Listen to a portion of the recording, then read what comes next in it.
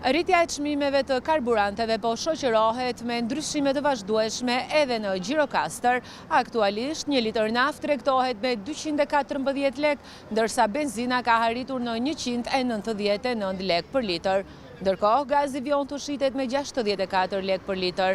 Kjo situatë është ndjerë drejt për drejt nga qytetarët, të cilët shprehen se çmimet e larta të karburanteve po ndikojnë edhe në rritjen e çmimeve të produkteve bazë ushqimore. 10 vishin e çmimeve mos e që blenim.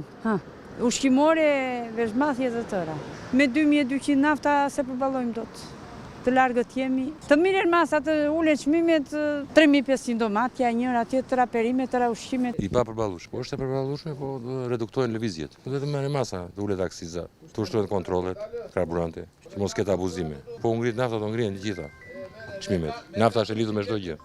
Rritja e çmimit të karburanteve në Gjirokastër ka sjell edhe rritjen e çmimit të frutaperimeve në tregun e shumicës apo pakicës. Tregëtarët shprehen se këto ditë ka patur një rritje të ndjeshme të çmimeve, të cilat kanë bërë që konsumatorët të ulin sasinë e blerjeve pasi këto çmime aktuale janë të papërballueshme për ta. Shumë ka ndikuar që të arrijë domatja 3200 lek nuk ka bërë vaki. Sa ka qenë para të nafta? Kur ka qenë nafta ka qenë 1600, 1700, 1750, nuk ka arritur kur domatja këtë çmim, s'ka arritur speca me këtë çmim. Sa speci? S'bër vaki, 3200 lek speca. Nga? Na ka qenë 2200, në këtë kohë ja 2500, po domatja jo. Domatja në këtë çmim.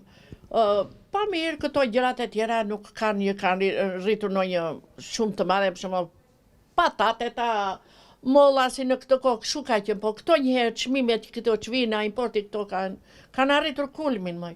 Barbunja ka qenë në këtë kohë, ka qenë e shumë 2500 lek, sepse se është malli i parë, është fillimi, kurse tani 6000 lek. Ndërkohë, po ushtrohen kontrole në treg nga bordi për të monitoruar situatën dhe për të shmangur abuzimet me çmimet. Sipas tyre, do të vijojnë verifikimet në teren me qëllim mbrojtjen e konsumatorëve dhe garantimin e një tregu të drejtë.